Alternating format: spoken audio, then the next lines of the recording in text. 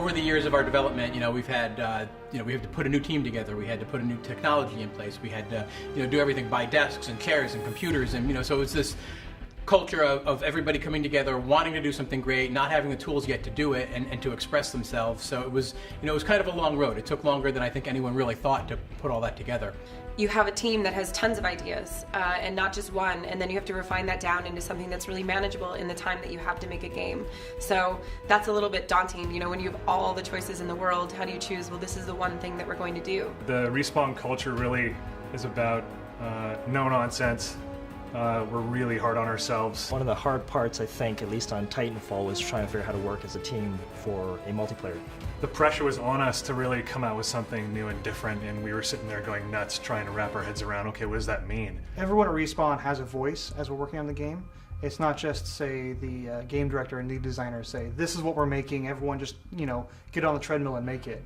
It is a very iterative and collaborative process. When you work on a single player, it's relatively easy for individuals to go off and work on this level or that level, and they can exist in separate worlds for the most part. Whereas in a multiplayer game, you've got all these different people who are working on aspects of the game that will crisscross or touch each other in some way.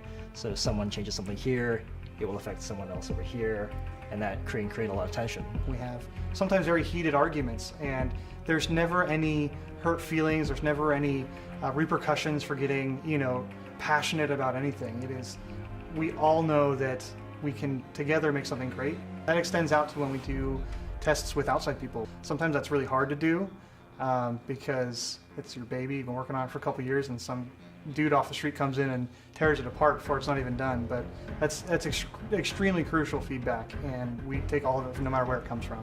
I think we have the ability and the culture that supports the focus of perfection. So you're trying to perfect the right things, and you don't go after the things that really don't support the gameplay. It has to feel right, it has to flow right, and if it doesn't, we keep working on it. And there's things that, if they don't get to that level, I would rather have less finely polished features than more, and have the game be a little rougher.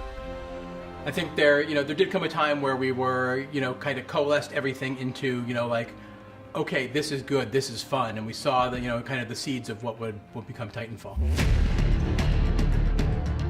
And so the first Titan, pre-viz was an actual maquette, a 1/6 scale doll that I had encased in a dive suit, and then we said, scratch that, why can't we make these really big and play with scale as well? But at the same time, here's the tricky part, we have to try and keep it not alienating to people who are used to playing first-person shooters and a particular kind of first-person shooters. So we thought, how can we do that? So that was partly the problem of finding a new, larger design space, being able to create more exotic abilities and weapons and things like that. We could see the visual of a grunt next to a Titan and how powerful that could look, how powerful this giant can look, taking cover on a building.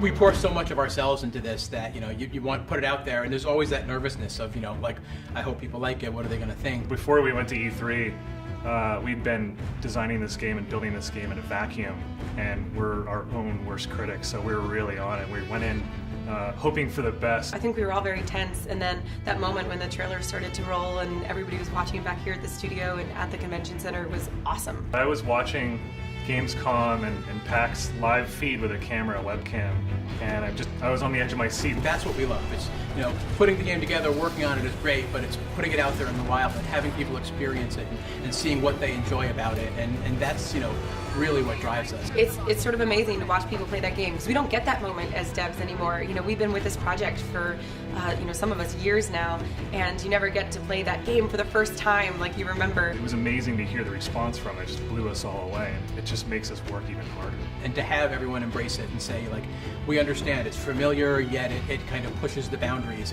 and I get this, and I want more of it, and it's great for the team.